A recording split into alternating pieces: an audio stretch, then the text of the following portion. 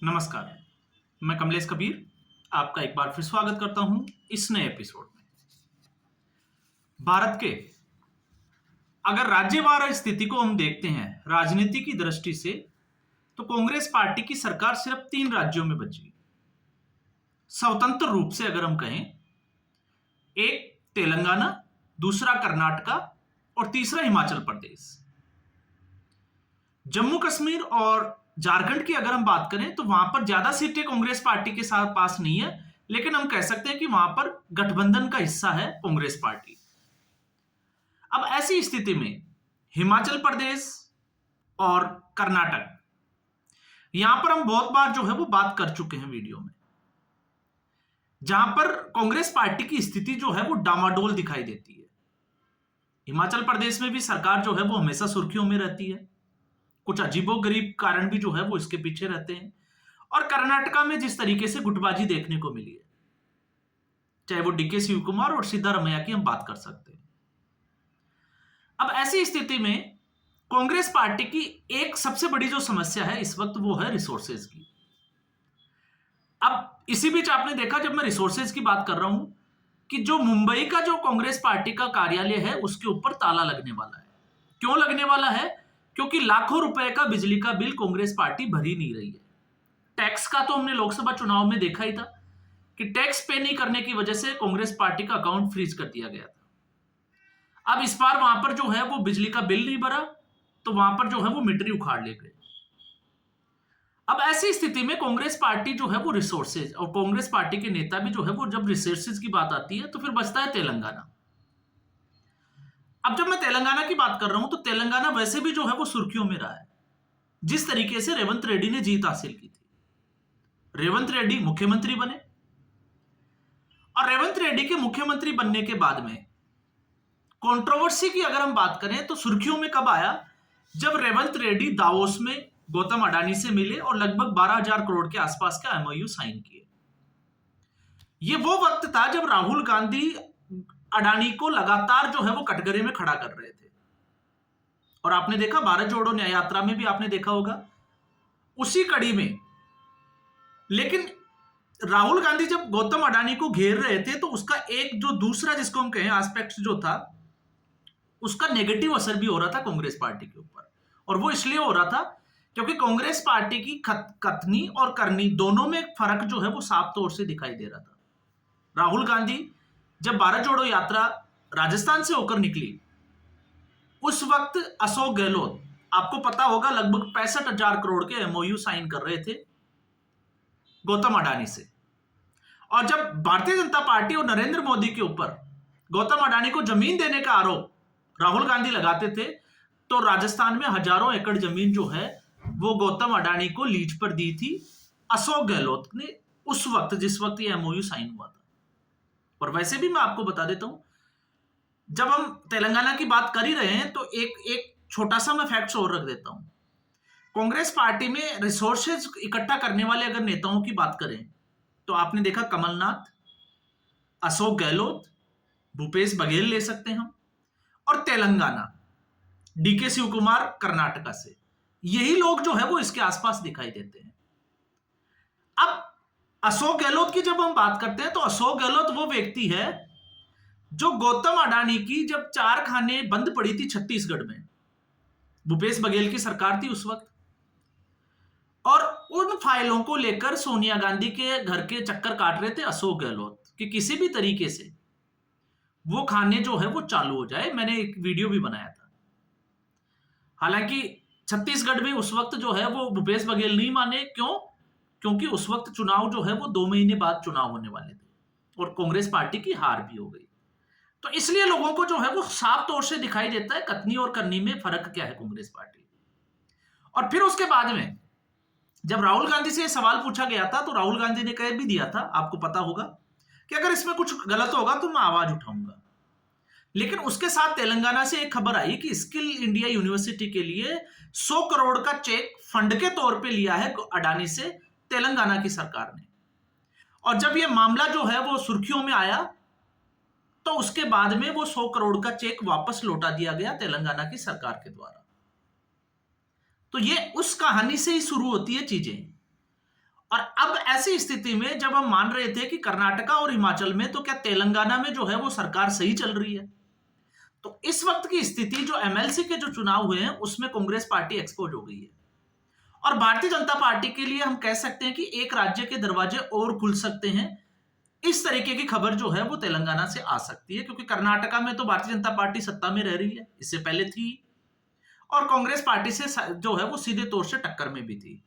तो क्या अब दूसरा राज्य आंध्र प्रदेश में आपने देखा इस वक्त जो है वो सरकार का हिस्सा है। लेकिन जब तेलंगाना की बात करते हैं तो एमएलसी के जो चुनाव हुए, अब एमएलसी के चुनावों का दिलचस्प बात यह थी कि ये चुनाव बैलेट पेपर से हुए थे, क्योंकि वोटों की संख्या कम थी। तो एक गलत जो मशीनों के ऊपर उंगली उठाते थे, तो अब ये जो है वो आरोप नहीं लगाया जा सकता। लेकिन एक दूसरा आरोप कांग्रेस पार्टी ने जरूर ढूंढा है। वो आरोप क्या है, उससे पहले मैं आऊं, इससे पहले मैं इन सीटों की स्थिति थोड़ी सी जो है वो क्लियर कर दूं। एमएलसी के जो चुनाव थे उसमें भारतीय जनता पार्टी की तरफ से दो नेताओं को चुनावी मैदान में उतारा गया था। एक आपको पता होगा, बांदी संजय कुमार, जो सांसद भी है और गृह राज्य मंत्री भी है, और दूसरे थे किशन रेड्डी। तो बांदी संजय सिंह को जो एरिया दिया गया था, इलाका जिसकी हम बात कर सकते हैं, जो कॉन्स्टिट्युएंसी एमएलसी की, वो थी करीमनगर और मेडक क्षेत्र वाली जो इलाका था। और यहां पर भारतीय जनता पार्टी के उम्मीदवार थे अलका आई थिंक कोमैया। अब ये सीट थी शिक्षक कोटे की, और दूसरी इसके साथ में इसी की जो थी एक स्नातक वाली सीट थी, जिसमें अनिल रेड्डी जो भारतीय जनता पार्टी के कैंडिडेट चुनावी मैदान में थे। अब दिलचस्प बात क्या है कि एमएलसी के चुनाव में जीत तो गई, लेकिन इसमें दिलचस्प बात यह है कि जो ये स्नातक वाली मेडक क्षेत्र वाली करीमनगर वाली जो सीट थी, उस पर रेवंत रेड्डी ने पूरा जोर लगाया था। लगभग जो है वो 3 से 4 मीटिंग भी वहां की, और यही नहीं है, राज्य सरकार के मंत्रियों ने भी पूरी ताकत लगाई।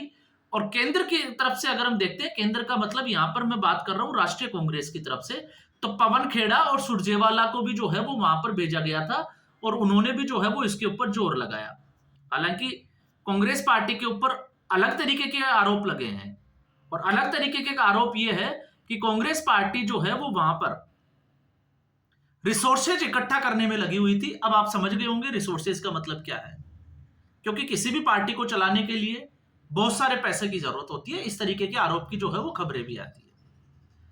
अब दूसरी जो सीट, तीसरी सीट की अगर हम बात करें, क्योंकि 3 ही सीटों पे चुनाव थे, जिसमें से 2 एक शिक्षक कोटे की और एक स्नातक कोटे की, जिसकी मैंने बात की, ये दोनों भारतीय जनता पार्टी।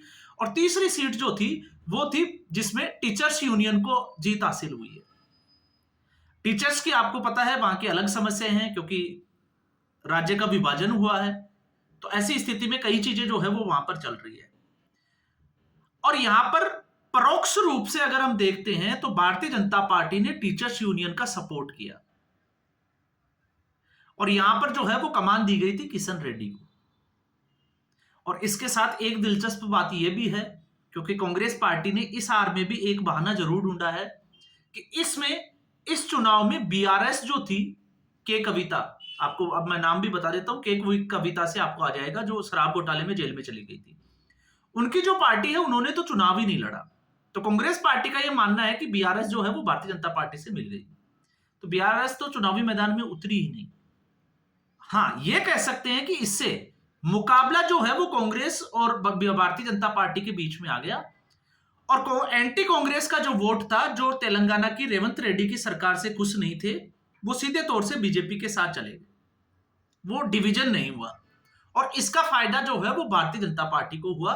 तो एक सीधे तौर से मैसेज जरूर चला गया एमएलसी के चुनाव से। अब ये मैसेज जो है वो कहां तक काम करेगा वो तो बाद की बात है, लेकिन अब लोकल बॉडी के जो चुनाव होंगे तेलंगाना के, और उसके बाद में म्युनिसिपल कॉर्पोरेशन के चुनाव होने वाले हैं हैदराबाद के, ये दोनों चुनाव जो है वो भारतीय जनता पार्टी के लिए बड़े इंपॉर्टेंट हो जाते हैं। और इस एमएलसी के चुनाव से कार्यकर्ताओं का जो जोश है वो भी बढ़ेगा। तो ऐसी स्थिति में कांग्रेस पार्टी को यहां पर डेंट जरूर लगा है, जिसको हम कह सकते हैं कि कांग्रेस पार्टी के लिए इशारा है कि अगर आप अब नहीं जागे तो फिर कभी नहीं, आप लेट हो जाओगे। हालांकि विधानसभा के चुनाव जो है वो अभी 2-2.5 साल का समय जो है वो बाकी है, उसके बाद में होने हैं। तो ऐसी स्थिति में एक तरफ जहां कांग्रेस पार्टी में सर्जरी चल रही है, आज भी राहुल गांधी ने इशारा किया कि अगर 30 से 40 लोगों को और निकालना पड़े तो कांग्रेस पार्टी जो है वो निकाल देगी। तो कांग्रेस पार्टी में अभी सर्जरी का वक्त चल रहा है और राहुल गांधी इस वक्त गुजरात में पहुंचे हुए हैं। इससे पहले मैंने एक वीडियो बनाया था, उसमें मैंने कारण भी दिया था। दूसरी तरफ भारतीय जनता पार्टी के आप देखिए, चाहे चुनाव छोटे हो, लोकल बॉडी के हो या फिर सेंट्रल गवर्नमेंट के या प्रधानमंत्री के, हम कह सकते हैं कि लोकसभा के चुनाव हो, कांग्रेस भारतीय जनता पार्टी उसी शिद्दत के साथ चुनावी मैदान में उतरती है जिस शिद्दत के साथ में जो है वो कोई सोच भी नहीं सकता। और ऐसा मैं क्यों कह रहा हूं, क्योंकि एक सांसद उसको जिम्मेदारी दी गई हो और वो एमएलसी के चुनाव के लिए 15 से 20 दिन तक वहां डेरा डाल ले और अपनी पार्टी को जीत दिलवा के ही वहां से जो है वो दम ले, तो फिर आप समझ सकते हैं कि भारतीय जनता पार्टी छोटे से छोटे चुनाव को भी किस दृष्टि से देखती है। और जो लोगों को ये लगता है ना कि भारतीय जनता पार्टी जीतती क्यों है, आप देखोगे कांग्रेस पार्टी में और भारतीय जनता पार्टी में बस यही फर्क है जो जमीन और आसमान का फर्क बन जाता है। कांग्रेस पार्टी का काम का स्टाइल देख लीजिए और अनुशासन, इसमें सबसे बड़ी बात अनुशासन की मैंने पहले भी की थी। गुटबाजी जो है वो सीधे तौर से कांग्रेस पार्टी में देखी जाती है। कर्नाटका का आप उदाहरण देख लीजिए जब हम गुटबाजी की बात करते हैं। सचिन पायलट और अशोक गहलोत का राजस्थान का आप देख लीजिए, जिस तरीके से उनके बीच में जो चल रहा था। और इस वक्त टीकाराम जूली और दूसरे जो गोविंद सिंह डोटासरा है, गोविंद सिंह डोटासरा विधानसभा ही नहीं जा रहे, इस तरीके की गुटबाजी। हरियाणा में अगर आप देखोगे तो भूपिंदर सिंह हुड्डा जो है वो अड़े हुए हैं और कांग्रेस पार्टी दूसरा विधानसभा सत्र होने को है और अभी तक नेता प्रतिपक्ष ही तय नहीं कर पा रही है। ये कांग्रेस पार्टी की स्थिति अभी जो है वो वर्तमान स्थिति है, और जहां पर राहुल गांधी और उनकी जो पूरी टीम है वो सर्जरी पे लगी हुई है और नीचे जो है वो मैसेज ये जा रहा है। कर्नाटका में अगर आप देखोगे तो डीके शिव कुमार, रणदीप सुरजेवाला एक गुट है और केसी वेणुगोपाल सिद्धारमैया का दूसरा गुट है, वो आपस में जो है वो टकरार में है। तो अब ऐसी स्थिति में और तेलंगाना से इस तरीके की खबर आए तो फिर आप समझ सकते हैं कि भारतीय जनता पार्टी क्यों जीतती है और कांग्रेस पार्टी की हार की वजह क्या है। तो आज के एपिसोड में बस इतना ही। उम्मीद करूंगा एपिसोड आपको पसंद आया होगा। वीडियो को लाइक करें, शेयर करें, चैनल जरूर सब्सक्राइब करें। धन्यवाद।